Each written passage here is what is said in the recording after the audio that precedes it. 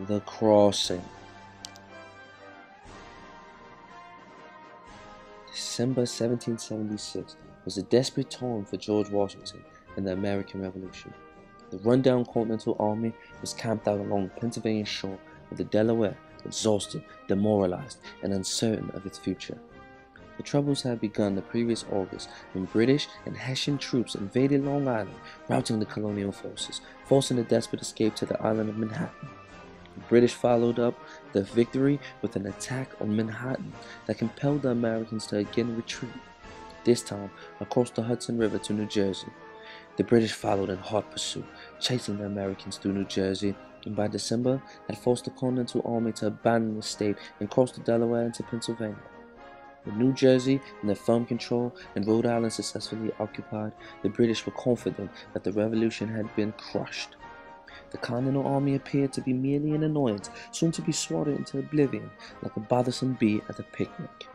To compound Washington's problems, the enlistments of the majority of the militias under his command were due to expire at the end of the month, and the troops would return to their homes.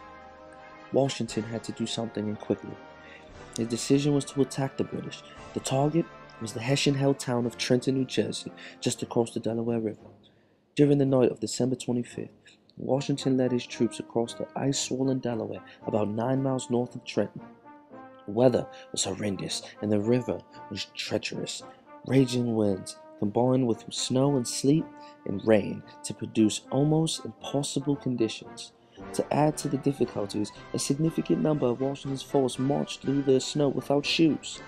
The next morning they attacked the south, taking the Hessian garrison by surprise and overrunning the town.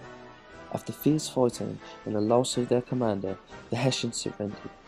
Washington's victory was complete, but his situation precarious. The violent weather continued, making a strike towards Princeton problematic. Washington and his commanding officers decided to retrace their steps across the Delaware, taking their Hessian prisoners with them. The news of the American victory spread rapidly through the colonies, reinvigorating the failing spirit of the Revolution. The battle's outcome also gave Washington and his officers the confidence to mount another campaign. On December 30th, they again crushed the Delaware, attacked and won another victory in Trenton on January 2nd, and then pushed on to Princeton, defeating the British there on January 3rd. Although not apparent at the time, these battles were a decisive turning point in the Revolution.